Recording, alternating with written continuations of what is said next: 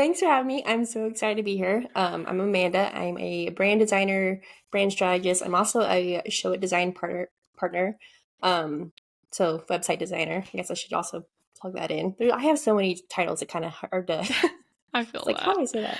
Um, I live in northern Idaho. I don't know if anyone knows where Moscow, Idaho is, with my husband and two Australian Shepherds. And I primarily work with creative service providers, and that kind of tends to be a lot of photographers and a lot of interior designers. So a lot of more aesthetic people who are working like in their own kind of aesthetics as well. So I love that. And you have like, I have this as a question for you later to talk about, but you have such an aesthetically pleasing brand yourself, which is thank like you. so cool. So we'll get to that because I want to talk about creating your own website as a designer and all that and your own brand. But tell everyone what your business was like, or just let's talk about like life before starting your business. What were you doing? Are you formally trained in design? What's your background? Yeah, so I went to college for design. I originally actually went for veterinary medicine, and Oh, wow. I ended up being allergic to cows and horses, and so I was like, that's not gonna work. um, so That's funny. I ended up going for graphic design. I had done like yearbook in high school, and like all through high school was doing the yearbook, and so I really gotten to love design that way. I thought that design isn't actually like a real job, and so I should go get like a quote unquote real job and um, but after that didn't work out, I went back to graphic designing and just kind of felt like I was coming home because I've always loved design and artsy stuff and stuff. Um, so I graduated with a degree in graphic design. I also did like marketing and advertising like during that time too. So I ended up with a couple minors as well. And then I had some internships, like some design internships with like a promotional like product company where we were designing those, like working with like big brands with those. And then I had like a internship with university where I was working at the career center, helping with like organizing events and promoting their events as well. And then I ended up getting an internship at a local corporation. They make like electric, like protective equipment for the electric grid. Very technical stuff, like a whole lot of Oh, engineers. My husband's an engineer. He actually works there too still. Um, but we both got hired on as interns there. So I was there as an intern for probably 2 years before they hired me on full time. And so I worked as a in-house designer for them. So I was like on like a web design team. And then like we worked with like the graphic designers, and we had like a photographer and a videographer and an animator. And so it was like a whole in-house design team and creative team that we worked on like campaigns and came up with campaigns and stuff like that. So that was a really cool cool. experience. And then I kind of started feeling like really burnt out, and like I wasn't being able to use like any of my creative juices that were in my head as I was like dreaming up new stuff, and I'd bring it to the meetings, and they say it's a little bit too um out there. It's conservative. It's a more conservative market, which I can understand and everything, but it just kind of felt like I needed something to kind of really get that out of my system. And so I just started doing design on the side. So Okay. So that was some of that was after college then of you having yeah. like your first job. Okay. That went from like an internship to a first job. Was I Yeah, hearing they that hired correctly? me. Okay. Yeah, I was an intern during college, and they Okay. kept me on as an intern like a year after college because there was some like funding issues and stuff. But Yeah. then eventually they hired me on full time after about That's like a cool. year or two after I graduated. So What was it like managing your business as a side hustle while also having a 9 to 5? that was a lot.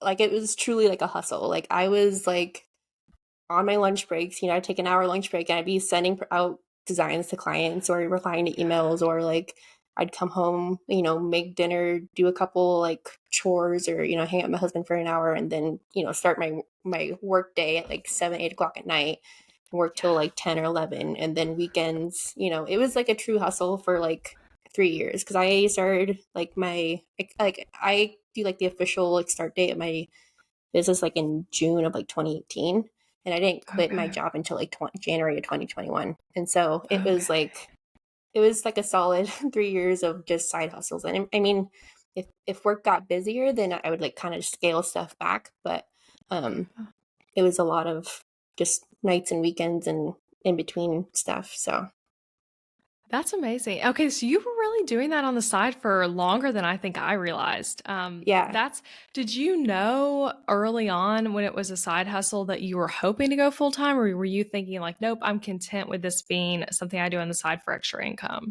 Yeah, it started as like just extra income. I mean, we were new college graduates and we bought a house, and so we were like student loan debt and car debt and house debt, and we are like, we gotta get like it was a good like they were good investments, but we were just like needed to get out of debt, and so Yeah. it just started as like extra money to put towards student loans, and everything. And then I was like, wait, this is actually like really fun and I like doing this. I'm like dreaming about things I want to be doing like as Adam what my sorry. I'm dreaming about things I want to do when I'm at my day job and thinking all these Yeah. cool things and I have no time to do it just because I'm working this. And so yeah, Yeah. eventually we just kind of got busier and busier and I had a roster of clients that were ready to work with me. So I was like, this is a good time to go. Yeah. What advice or like, if you have any words of encouragement for someone listening who also is in that side hustle season? Because I know there's a lot of people like that's like, Yeah. I mean, my business also started that way of like, that's like one of the most common ways, especially as designers, that we like kick off our career. And it can be so hard. And you did it way longer than I did of like the side hustle life. So I'm just Yeah. curious if you have like, yeah, any words of encouragement or like just thoughts on that you want to add. Yeah, I mean, taking care of yourself is huge. Like, I still made time to like go to the gym and work out, or make Yeah. sure try to get as much sleep in as I could. Um, and it's really hard, but if you have an end goal in mind, I mean, you have like for us, it was paying off student loans, right? We wanted to make sure the Yeah. student loans were paid off before I was able to quit my job. And so I think having a goal of like something that you're working toward and even be able to like, mark it off some way to kind of see that progress that you're making, it kind of helps keep that drive going, but also like making sure you're not overworking yourself and, taking time to decompress and relax and stuff because it can really come back to bite you. Yeah. Okay, yeah. I love that. And I love the having a goal you're working towards. So that does give you like an interesting motivation and purpose behind it all. Yeah. Yes, okay. You went full time in January of 2021, you said. And then you joined Book Designer then. That would have been like that was like the next month then that I did Yeah. the beta launch. Yeah, so everyone I probably will say this in the intro, but Amanda was one of the first people to join Book Designer. I think literally one of the first people to like literally buy it in addition to being like the founding members is what I call you guys. So that was when I beta launched the course, and I had not created it yet, but like was like, okay, I'm gonna launch it and then make it for everyone. So what was it like? Like what was it like deciding to do that? I know obviously going on in your life, it would have been that you were leaving and going full time. I'd love to hear about like that whole process and just time in your life. Yeah. So, I mean, it was like honestly like perfect timing. I couldn't have picked like a better time for it to come along. And I had just obviously quit my job in January and I was like, okay, I feel, confident in my design skills, but no one has ever taught me how to run a business. Yeah. And so like when you were talking about it's more for like people like how to run a successful design business, I was like, that's really what I need. I've done it on the Yeah. side, but not full time. And it's a really different scenario just because you're not in that feast or famine mode when you have that steady income. And I didn't want that as a full-time working full-time either. And Yeah. so I wanted to be able to step into it successfully and step into that next chapter successfully. I feel like, I mean, I listened to your podcast for like years before that. Like That's those were fun. the those are the ones that I was like listening to at my corporate job and be like, oh, I had this idea and that's such a good idea. I can't do anything about it right now. I'll just Yeah. write it down and do it later. But I and love so like that. I had loved your teaching style and how you don't like hold anything back and you really like go into the nitty gritties. And I was like, if she does that like just in general, like her course is gonna be phenomenal. I know it. And so it's just like it was honestly like a no brainer just to go in and do it. So Love that. And I know, okay, you mentioned this on your website, and I feel like I know this watching you too run your business, but you're not someone who buys courses like obsessively, which Yeah, that's like, some people do that and that's fine. But like, there's a lot of, like, you're very deliberate with like the way you run your business and spend your money, yeah, and invest your time even because buying a course is like obviously time. And you said in a blog post that you had taken courses where like, you ended up feeling like it was stuff you already knew. And I guess I'm just curious how Book Designer was different for you in that way of like not being stuff where you were like, oh, I already know this. yeah. Yeah, it was, I mean, the course I had taken before, it was really just vague and, it's like stuff that like you could have literally put into a blog post. Like it was not, deep and you couldn't, there was no like walking you through it or anything. Versus like Book Designer, it was like, okay, you're gonna watch over my shoulder exactly how I do this. This is why I do it this way. These are the steps. This is where I order gifts from. This is like it was like so in depth that I was like, it's literally all laid out, and it was so helpful to see like the how, but also the why and the what, like the whole picture versus just kind of like a surface level view of everything, which is so helpful. Love that. Okay, another question for you. You have a, we already said, I kind of asked Amanda about this prior to talking, but like, I know you may not remember what your prices started out at because that was again, like, we're talking, I mean, June 2018, I think is what you said. So a Yeah, while ago. But you've raised your prices consistently over time to where now you're charging premium pricing and offering people a premium service where you're like going all out. And I think a lot of designers, if we were to look at your pricing, it's like, oh my gosh, like that's a dream to be able to charge what yeah. Amanda's charging. So I would just love for you to talk about that. Like, where were your numbers at to start with? Where are they now? And like, how did you get there? And what is the packages? Yeah, I think I charged like $300 or $400 for a logo when I first like that was my Yeah. first, I mean, I'd still had experience then. I had like internships, but that was like my first like, hey, I'm running a business. I'm gonna charge $400, $300, $400 for a logo. Um, and so like, and now like I mean, it was kind of stuff, a lot of stuff over time. Like seeing the value I'm providing to my clients, and investing in myself and kind of learning more about like how I can be a better designer and how I can provide more value to them. And then honestly, like the college experience and like the working with in-house designers, working with like billion-dollar companies, that adds a lot of value. Yeah. And so, I mean, now I think like my website package is like 10,000, but that also includes a copywriter, right? I mean, I'm Yeah. also contracting copywriters to come in and help and write their copy for them. Or, I think my brand strategy and brand design package is at like, I think 37, 3,900, something like that. But that strategy, I mean, it's a 2 hour workshop. You get like 40 pages of like, this is your why, this is your how, this is your mission statement, these are your clients, these are your values. I mean, your archetypes. There's just so much that people don't realize that goes into it. That adds a ton of value, not only for like them in this moment, but like for the future and the growth of their business. That Yeah. allows them to like, hire with people with the right values um, and ensure that they're talking to the right people, like their ideal Yeah. client, and what they're saying at each point in the sales process. I mean, go through like a little bit of brand messaging of like, okay, for your particular client, this is what they need to see when they reach out, all the way into Hmm. till like right before they book, and that's all like Yeah. in one document, and so it's like really helpful for them. And so it is premium pricing, but it is like a premium experience, and they're getting a lot for what they're investing in. So Yeah, absolutely. And you're like such a talented designer as well. I'd love to hear how you feel like you market maybe differently to a premium clientele who are like, hey, we're ready to invest that much money. Like, do you have any tips just thinking about like for other listeners, whether designers or not, who are like, hey, I want to also attract someone who's wanting to invest at that level. What could I do? yeah, I mean, I think one thing is being confident in your pricing, right? If you're wavering, if you're kind of feeling like I don't know if what I'm offering is worth it, then the client's gonna or the prospective client's gonna feel that too. And so I think that's huge.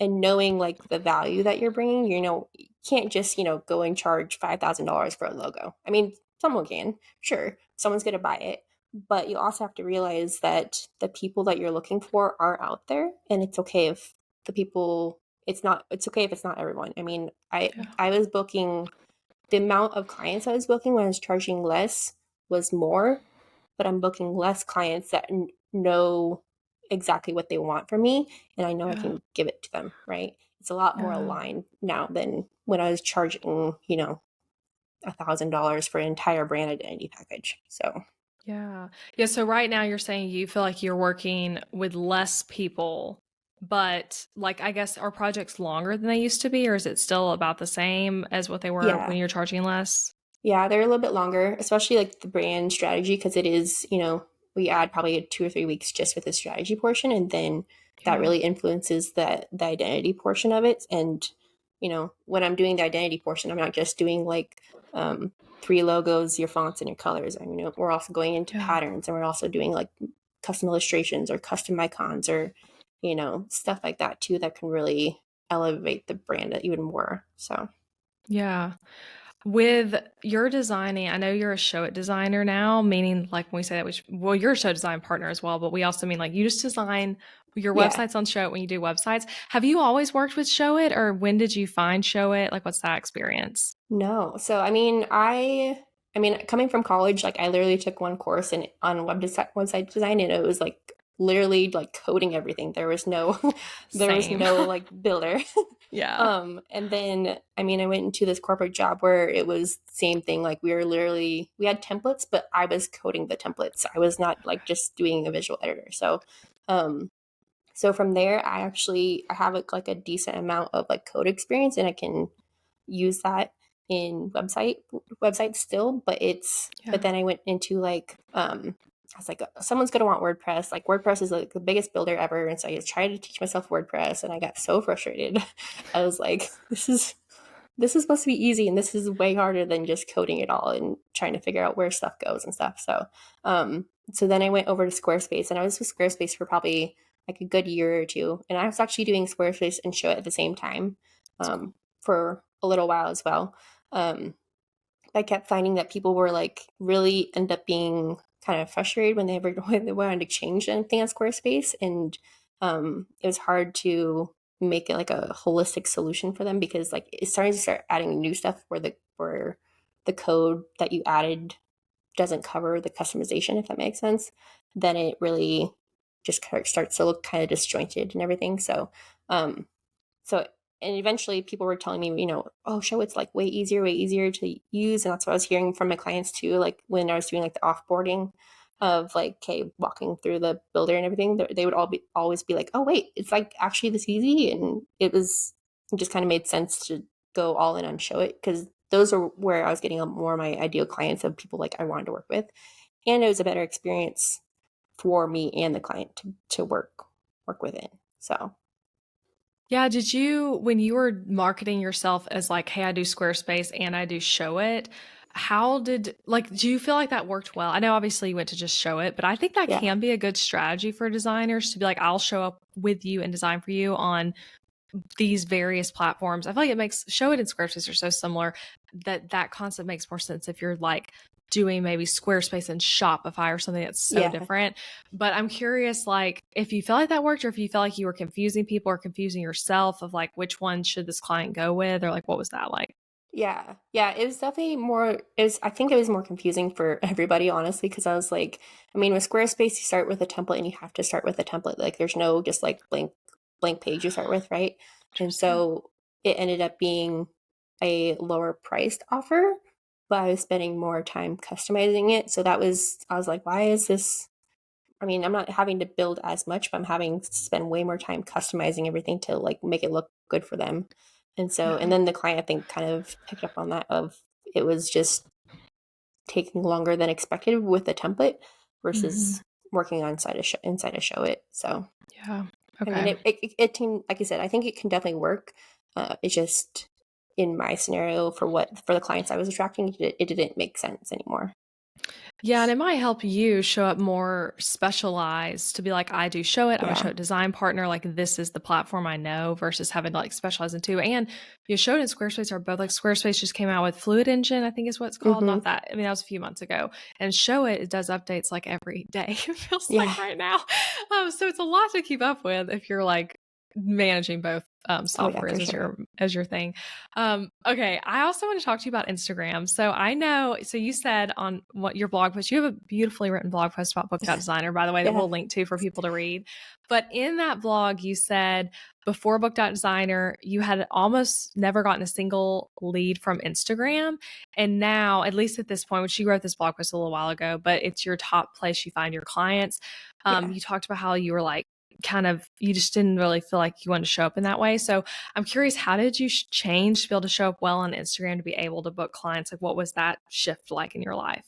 Yeah, I mean, I was finding a lot of my clients through like Facebook groups, like before Yeah. Book.Designer, and that's kind of how I was just marketing myself because I like to hide behind the screen. Um, and that was really the thing with Instagram, right? I felt super weird, like holding up my phone and being like, "Oh, I'm talking to a phone." Yeah. Um, but like through your course and kind of like talking and you talking through like ways to kind of overcome that and get over that hump, I was like, okay, I just need to try it, give it a shot, because I do think, like, I knew my ideal clients were hanging on Instagram. I just didn't want to like get in front of the camera essentially. um Yeah.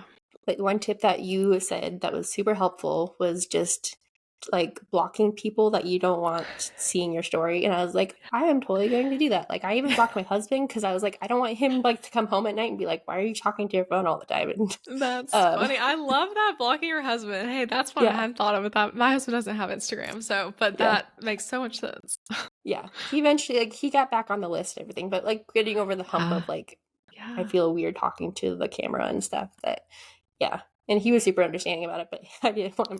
And he wouldn't have like actually been like, you're saying stuff weird or whatever. But Yeah. it's just kind of funny. I was like, I just need to kind of like be talking to strangers and not to people I know right now.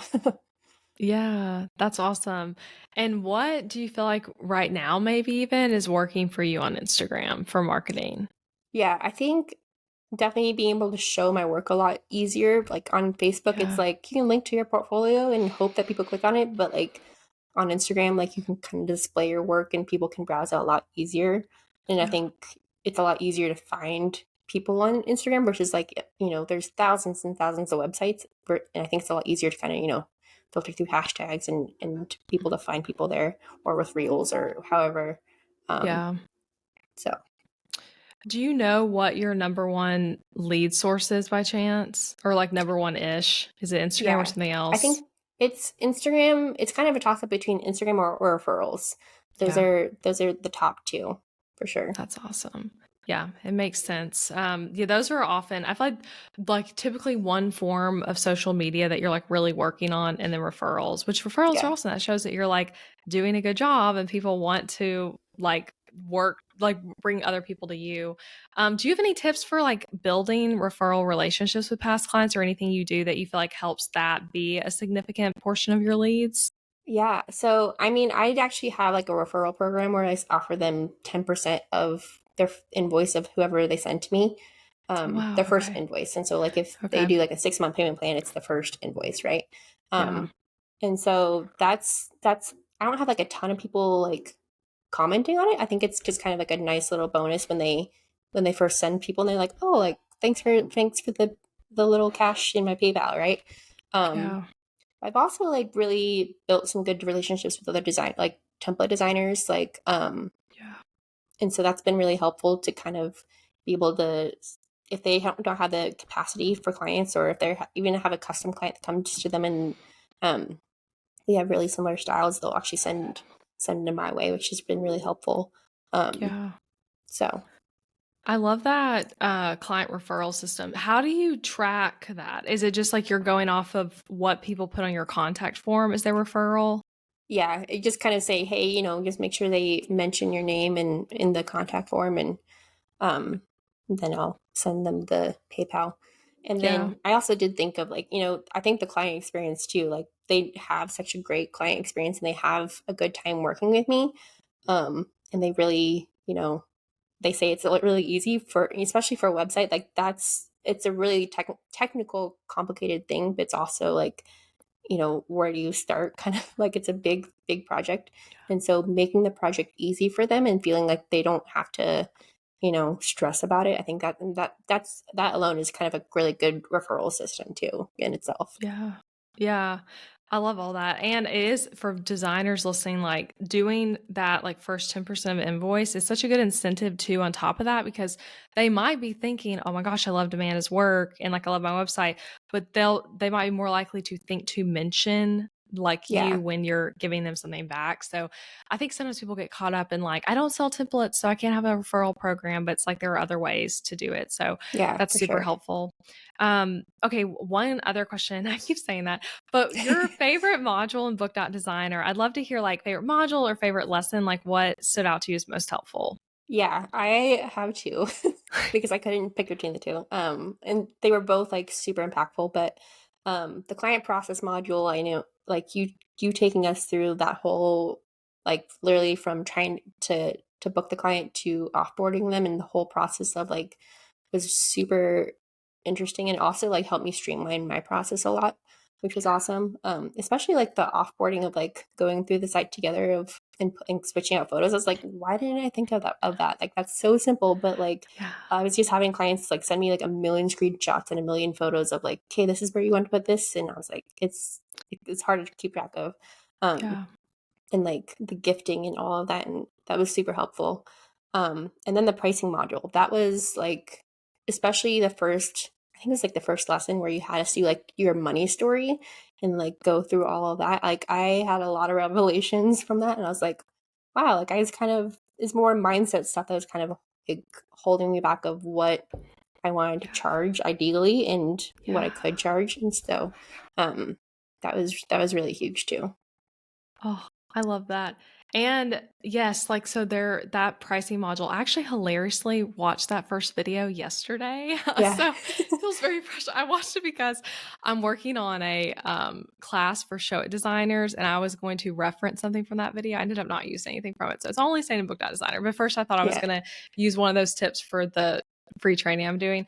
But yeah, that like everything that makes so much sense. Like we have so much money stuff that you don't even realize that you're bringing Yeah. into, like how you say you started like $300 for a project, which might have made sense at that time with your skill level and things like that, but getting to where you're charging around $10,000, like that takes more than just raising your prices. It takes the skills and often Yeah.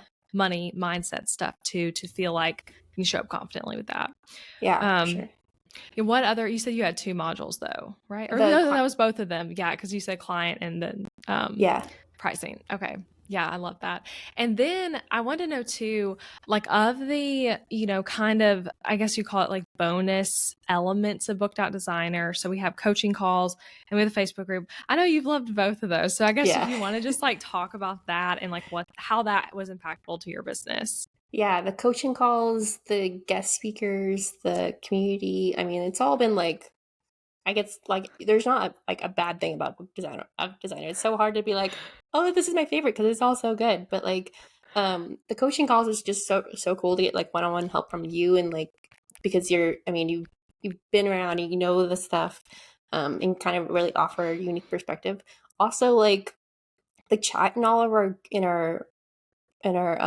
coaching calls was always like so active, and everyone's like Yeah. also offering their advice too, which is really cool. So not only getting advice from you, but like from other designers who may have had a similar situation is always really cool. Yeah. I mean, the community was amazing. Like I have so many like friends still. I mean, we're in 2023 and I joined in 2021. Like I'm still talking to Ida and Amanda and someone in Maya and everyone else. And so like I feel like we just kind of created like a really heartfelt, like supportive community, which is so hard to find. Like you always have like this underlying feeling of like competitiveness in other groups, but like we're all trying to win and we all want to help everyone win in that group, and it's just really cool to see. So Yeah, I love that. And there really are so many like friendships that have come out of it too. So, yeah. yeah, I love hearing that you feel that way. I want to know too, what advice would you give someone who is, let's just say, thinking about becoming a designer? Maybe even they're like you and they're like, hey, I do like have some formal design training, or maybe they don't, but they feel like they have the skill, but they're like not sure about going all in on like the business side of things. Yeah, I know it can definitely be scary. It's especially, I know I was scared too, leaving a predictable income and a full-time job to really go in all in on it. But it's it's not all smooth sailing, but it's so worth it. Like you have so much flexibility. Just like the design industry by itself is always shifting and changing, and so like it's never the same. And you can always like adapt and grow within it, which is really cool. It's just go for it. It's awesome. Like Yeah. so. Yeah, great advice. Okay, so also your website. I mentioned this at the beginning of the episode that I wanted to ask you about this. I just love your website. Like it is a Oh, whole thanks. vibe and it's beautiful. Everyone needs to go look at it. And I know you redesigned it, like you kind of rebranded your business at some point. When was that? And I just want to know like what was it like designing for yourself as a designer, like how you went about building the brand you built? Yeah. That was like a work in progress for almost a year probably. Yeah. I took myself through like my own strategy process and like did like the whole what are my values? Like what are the feelings I want my clients to have? Like the whole thing Yeah. because it really helped me to kind of focus on like where I wanted to be in my business. So I officially launched it like January of this year, 2023. Okay, yeah. Um, but I forgot the other half of your question. Oh yeah, sorry. I keep asking you so many questions in a row. Yeah, I was just wondering if you have any like it's hard to design for yourself basically Oh as a yeah. designer. I super struggle with that. And I've had a work in progress version of my website for like 2 years. It's horrible. Because it is hard like getting moving on stuff. So I guess I'm just wondering, I know you just said that you like did your own process, but like how did you decide that you wanted these vibes for your brand and like setting all that up? Yeah. I mean, for me, it really came from that brand strategy process of like standing out, being different. Don't want to look like every other designer. There's like a certain vibe out there, and I look at it and I'm like, oh, that looks like this person. Oh, it's actually not that person. It's someone else Yeah. but they look exactly the same, right? Yeah. And so that was really big for me, like because otherwise, if I just go in and start designing, I'm just kind of doing it based on that feeling for that day versus like an overall goal of like what I'm trying to achieve and who I'm trying to attract. Um, Yeah. so once I had that, then it was just executing and finding inspiration and doing something that wasn't, what I haven't really seen a ton of before. So Yeah. Have you always had your own name as your business name? yeah. Nice. Just go ahead and just go straight to that instead Yeah. of doing I've a million name changes. Yeah, I've changed my name. I was Amanda Scott Creative before, and now I'm Okay. Amanda Scott Design Co. But Yeah. that was, and I've changed my domain as like .com, amandascottdesignco.com.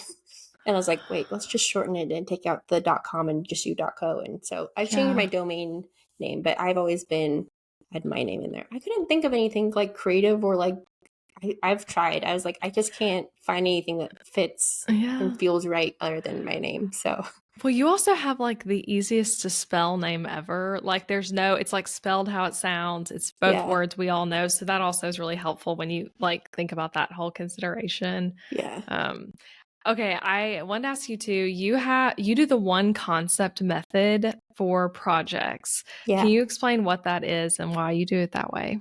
yeah. So the one concept method is essentially presenting one completed concept to the client. So instead of, offering them like three or four different logos and four different color schemes, like I go in there, usually with that brand strategy piece. I mean, even if they don't do like the full like workshop and everything, we still kind of like get on the same page of like the overall direction. Um, Yeah.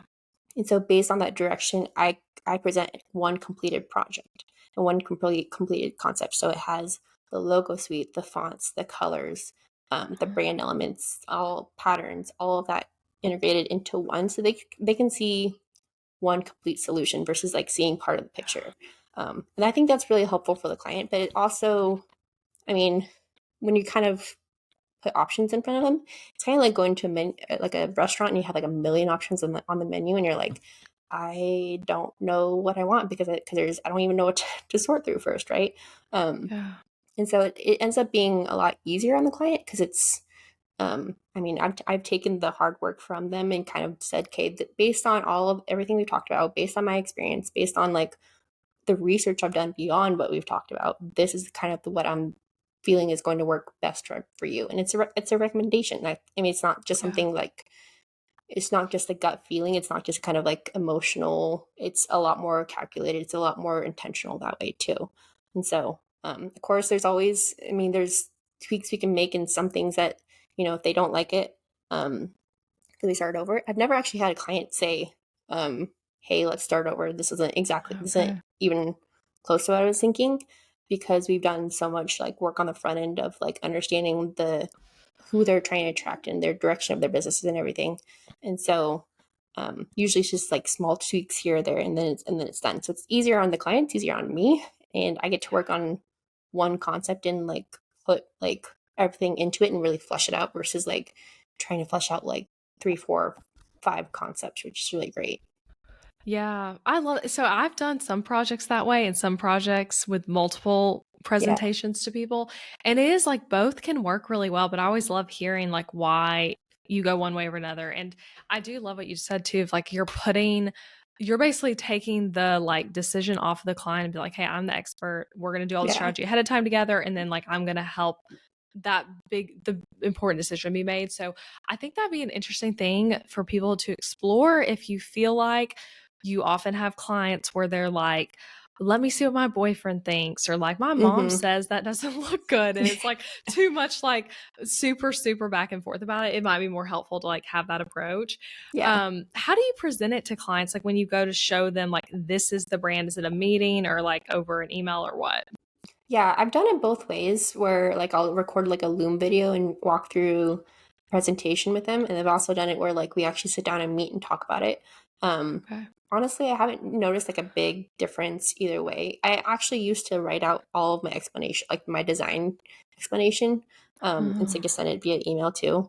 And that took so long because I was be like, oh, and this, oh, and that, oh, and this, and so it would take me like literally like an hour or two just to write out my all my design thoughts, and I was like, I can't keep doing this. So, yeah. um, I think between like Loom and like meeting, I haven't really figured out like if there's like a better way. I think it kind of depends on the client too. So like some just want to be able to kind of like look at the video and digest it, um, versus like being able to chat about it and stuff. So I will Yeah. say like getting on the call and talking about it, then we can ask questions a little bit easier versus like the less back and forth. But I think some people also feel a little bit put on the spot, being like, Yeah. "Hey, I put this all together for you. Now, what do you think?" And they feel like they have to give feedback then, and that's not the intention. It's just more just kind of presenting everything. So, Yeah. Yeah, yeah, thanks for explaining those two ways. Cause yeah, I feel like I would even as a designer lean more towards Loom because I feel like it'd be like, whew, sending yeah, that and like on the Zoom, be like, this is your thing. And like you're like, so like please be happy. And it's like yeah, nice to like you're saying, like, don't put the client directly on the spot as much. It might be nice for them and also nice for you to like they're gonna look at it and then they'll send me thoughts when they have it and it's like no pressure. But regardless, it's like I know sending off those logos or the website or whatever, it's like I'm just like, please write me back right yeah, now. I need to know what you think. Please yeah. love this. It's a lot of pressure. I have seen like I've actually had clients where like I'm on the call with them and they'll just like break down crying because they love it so much. And I'm like, I love seeing that. I'm like, I want that Yeah. I mean, it doesn't happen every time because every client's different. But I was like, oh my gosh, if I could see that every time, like that'd be amazing. Yeah. Oh yeah, that would make the like being on a Zoom call together in person Yeah, like worth it. That's cool. yeah, Um, you're okay. I wanted to ask you, Sue. You're a Show It design partner now, yeah, and I know there are a lot of Show It designers listening where you design on Show It, but you may not be moving on the track towards becoming a design partner, which yeah, basically means you're going through. Do you have to take a course that Show It's put together? You have to have done a certain number of custom sites. There's whole lot of different requirements. You have to get like submit. Um, they'll like reach out to your clients to get testimony. Like it is a process.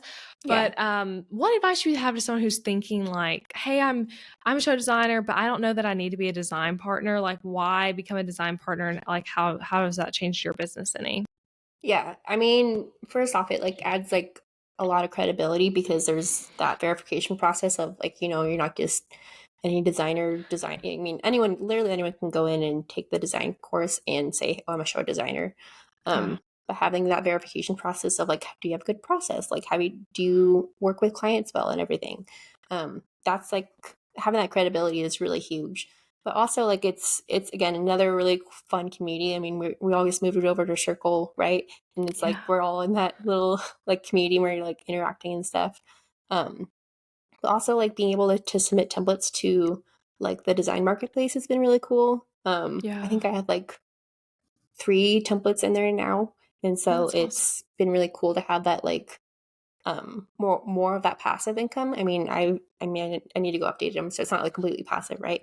Yeah. But it's a lot more like kind of like I just get a little bonus every time like I get like a email in my inbox like, oh, you sold this template. I'm like, oh, fun. I didn't even I didn't really do anything about it. So it's kind Yeah. of that's fun too. Do you sell your templates on your own website? No. Okay, I was like, I I didn't even realize you had templates in ShowSpark because I know they're not on your site. no, Yeah, you need that's to do something I'm that. working on. I'm working Yes, on well, it for the summer. So that's cool though that you're making templates now. And yes, that's such a good, like, you just gave a great explanation of like that is you're able to get in front of show its audience by being a design yeah. partner through templates and through custom work because there's a page on show its site that's like hire a design partner where Hmm. people can look at like your specialties, go look at your website from there and kind of figure out like, is this someone I want to work with? Um, and yeah, so totally worth it. Okay, I guess really kind of last thing. But for someone who's thinking about joining Booked Out Designer, and maybe they're on the fence or they're like, I don't know if this is for me, what advice would you give them? Yeah. I mean, if you're anything like me where you're like have been binging Elizabeth's podcast for years, like you're only gonna like gain even more in the community. And it's inside the course. I mean, like we have such a fun community. Like I said, we're all wanting each other to win. It's really supportive and like Elizabeth just has like a really amazing like God-given gift for teaching and sharing and like being like I don't know how you did it, but like curating a community that just like is so Oh, amazing. Like it's you can't really you're missing out if you're not in it really. awesome. But yeah, it's a really great community and it's if like I said, if you like Elizabeth's podcast, like the Booked Out Designer is just like 1,000 times better. So You. Yeah, I'm so glad you're a part of the community and I know you contribute a lot and glad that you were able to join to it like such perfect timing when you were like yeah. leaving and then like the course launch like that's like such cool and unique situation timing wise. Um, okay, do you have I feel like I could ask you like a million questions. I didn't even scratch the surface of all the ones I have in here. But do you have any last like advice for designers or like last things you kind of want to say to close this out? I know like one thing I struggle with sometimes as a designer is like taking stuff personally. And I think that's something we kind of talk about sometimes in the group too of like, hey, I got this feedback, it's I don't know how to address it. I'm struggling and I know that's a big part of being a designer is like knowing how to go through feedback and take those critiques and Yeah. apply the feedback. And so that's something it's a skill that we're all working on. I feel like it's I don't think you'll ever really truly master it, but just kind of something to think about. Like getting into it is it's not personal. It's about like making sure that the best solution is found. And a lot of times, when I get that feedback, it's I still feel a little hurt sometimes, but then I like kind of sit with it, and it like I end up creating like an even better solution. Like Yeah. 98% of the time. So, um, yeah, that's one thing I think is unique to designers that you have to kind of work and grow through. But um, yeah, Yeah. it's all worth it because you have the flexibility. You're getting to work with these amazing clients. I mean, I have a client in Australia right now. Like That's it's fun. like insane. So, Yeah. just get to really connect with really cool people that are doing amazing things and get to Yeah. assist them in like a really fun way, but also a really strategic and impactful way in their business, which is really, really awesome.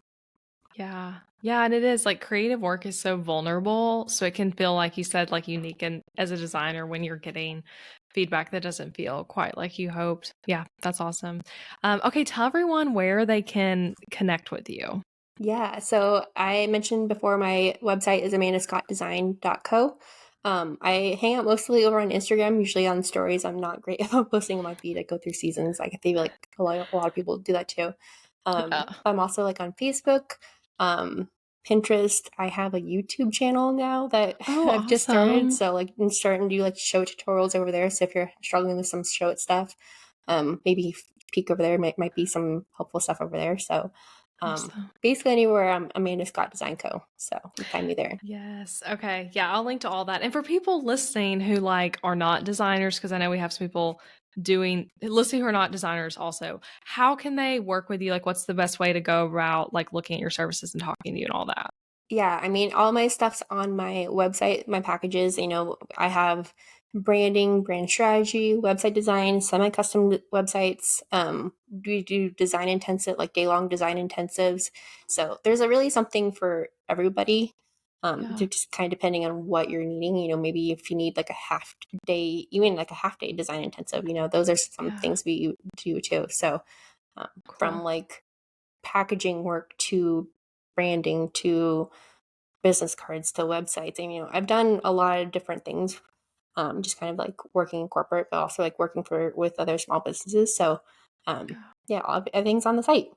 Cool. Yeah, I'll link to it. Everyone needs to look at your website because again, it looks really good. I'm like, Thanks. I was like clicking around on it way too long before this interview because I was like, it looks so beautiful. I just want to keep looking at every page. Anyway, though, thank you so much, Amanda, for sharing your experience and coming on. Yeah, thanks for having me. This has been so fun.